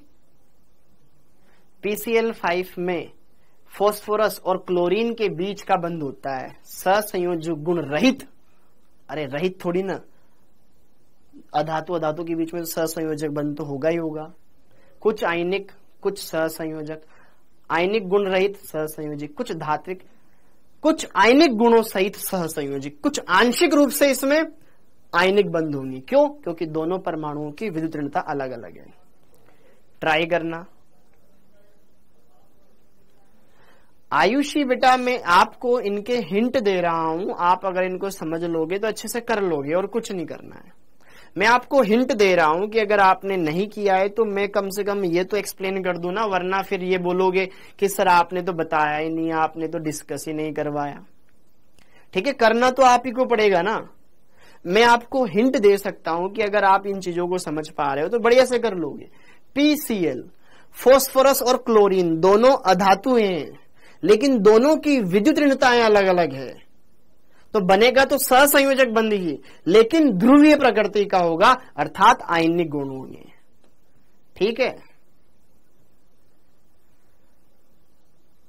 हाँ जी, क्या पूछ रहा है ये? ध्रुवण शक्ति किसकी ज्यादा होगी? जिस पर धनावेश ज्यादा होगा, लगा लेना इसको। द्विध्रुव आगुण का ये क्वेश्चन मैंने आपको क्लास में करवाया हुआ है। कौन स्थायी द्विध्रुव आगुण नहीं रखता जिसका कुल म्यू 0 आ जाए? हिंट चाहिए ना आपको, वो बाकी तो करना तो खुद ही पड़ेगा। ओके, हाँ जी। O2 और O2-2 अणु में प्रतिबंधी इलेक्ट्रॉनों की संख्या। प्रतिबंधी मतलब ABMO कक्षकों में कितने इलेक्ट्रॉन है? ABMO कक्षकों में MOT डायग्राम देखा था, उसमें ABMO में मतलब स्टार वाले में सिग्मा स्टार पाई स्टार में कितने इलेक्ट्रॉन टोटल काउंट करके बताने हैं। ठीक है, ओके। जब बंद क्रम बढ़ता है तो क्या फर्क पड़ता है? पढ़ा रखा है। ओके, हाँ जी, बस खत्म। बाकी क्वेश्चन नंबर 1 बच्चा पूछ रहा है 7वां। बेटा ये तो ध्रुवण क्षमता से करना है ना, फजान का नियम लगाना है, काम हो जाएगा। ओके, तो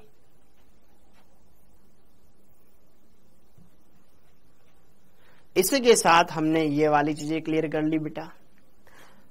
विकास देवांगन, इसी के साथ हमने ये वाली चीजें कर ली है। तो इसी के साथ आप सभी अब थोड़ा सा रेस्ट कीजिए, थोड़ा सा मैच का स्कोर देख लीजिए, फिर वापस से क्लास में आना है। ठीक है, क्लियर?